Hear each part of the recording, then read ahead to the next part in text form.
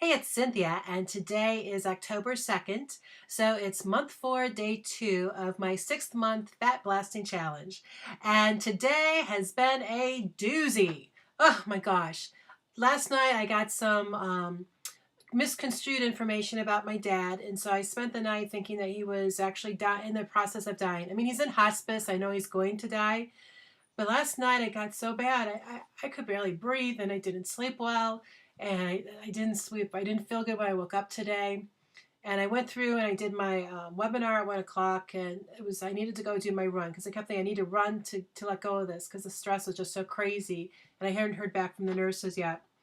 So I went to do my run and nothing was working right. I warmed up fine, but then my legs just weren't working right. And, I didn't run last week because I had the flu. And, did I lose my conditioning? I had done all these personal records just 10 days ago and now I can barely move. And I had the weight of the world on my shoulders and it just wasn't working.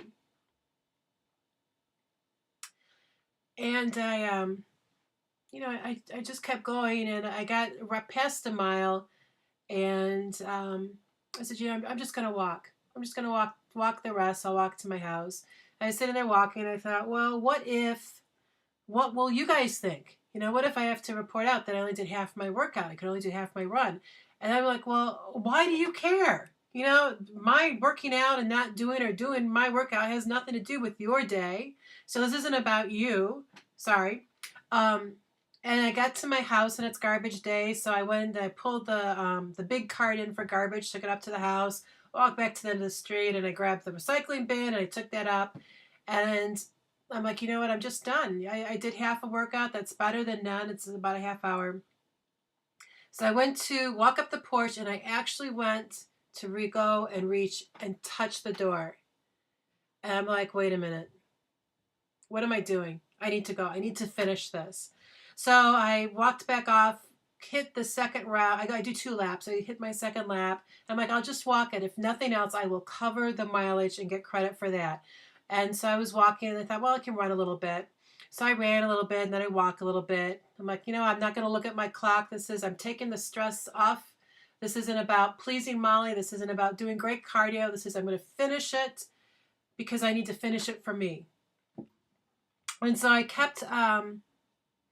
just kept going and run a little, walk a little, walk a lot, run a lot, back, forth, back, forth. It was not anything that Molly would be happy about. I know that for sure. But anyways, I got to the last, down the last block, and usually it takes me 6 minutes. I thought I'm just going to do, I'm going to run a house, walk a house. So that's what I did. Run, walk, run, walk, run, walk, speeding down the hill to get to the finish line. When I looked at the time, I about fell over because my time until those personal records from 2 weeks ago, my normal time to do this route was 58 minutes. It was a 5K, so it's a slow 5K. I look at my watch and my time, including the walking, the doing not one but 2 trash cans, and going to the porch to go in the house, was 53 minutes. So I took 5 minutes off my normal time. And it was just really bizarre. I don't know. I don't feel, part of me is wondering, how the heck did I do that? I don't know. I have no idea how I did it.